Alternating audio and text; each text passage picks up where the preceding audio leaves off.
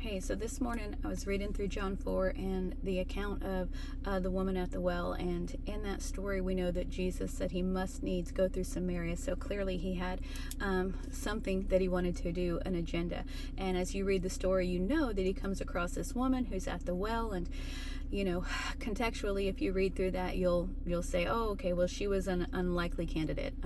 She was someone who was unloved, someone that you wouldn't expect that Christ would go after, which I have no idea why people would think that. Really, that's a Pharisaical thought, right? That because she was unpure, that because she was known and had 5 husbands and another one at the time, well, wasn't even her husband, but people would look at this person as unlikely, an unlikely candidate for salvation. But right, God said that he came to seek the lost, the sick, those who need God. And the fact of the matter is, the same invitation that he extended to her was what he extended to Nicodemus, right? Except you're born again, you can't enter the kingdom of God. It's the same for all. And so through this exchange with her, she was questioning him a lot, but he was giving some questions back to her. It made me think about, no, let's don't go there. He was questioning her as well. He was revealing himself. And there's a lot of people who might think that God isn't speaking to them, or God isn't drawing them, calling them, revealing himself to them, because those are all things that he does. He extends this invitation to all. It's not for the good, because there is none good, no, not one, right? For all have sinned and come short of the glory of God. So it's not for the good. It's for all. It's for everyone.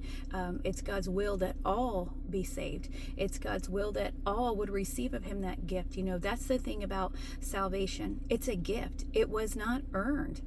It was not for the good or just the bad. It was for all, right? It's not earned. It says, for by grace are you saved through faith, and that not of yourselves. It is a gift of God, not of works, lest any man should boast. It had nothing to do with your good or your bad. It had to do with Christ and what he did, his good, right? He didn't have any bad, so it had all to do with his good. And so there are people who may say that, God isn't drawing me. I don't feel him. I don't want to, I don't believe that. Well, your lack of belief doesn't make the truth any less true. It is 100% true. And there are people who don't want to hear it. There are some who have hardened their heart towards it.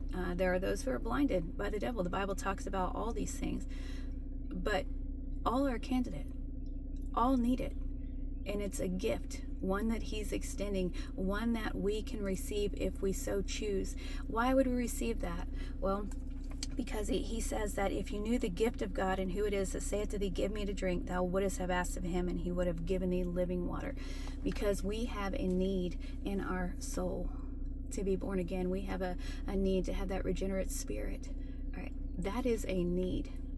And without it, we can't really be satisfied or fulfilled. I believe that 100%. Not even because experience, but because God said it. And of course, he's proved it along the way. And so, do you feel unloved? Do you feel unlikely? Do you feel like you're good? Maybe you think you're good enough. You go to church, you got baptized, you give to the poor, all these good things. Again, it's not your goodness that gets you into heaven, and it's not the sin that gets you. Wait, I don't even know how I want to say that. It's neither your good or bad that gets you into heaven. It's God's good. It's God's good that gets us there. And he's extending that gift to you.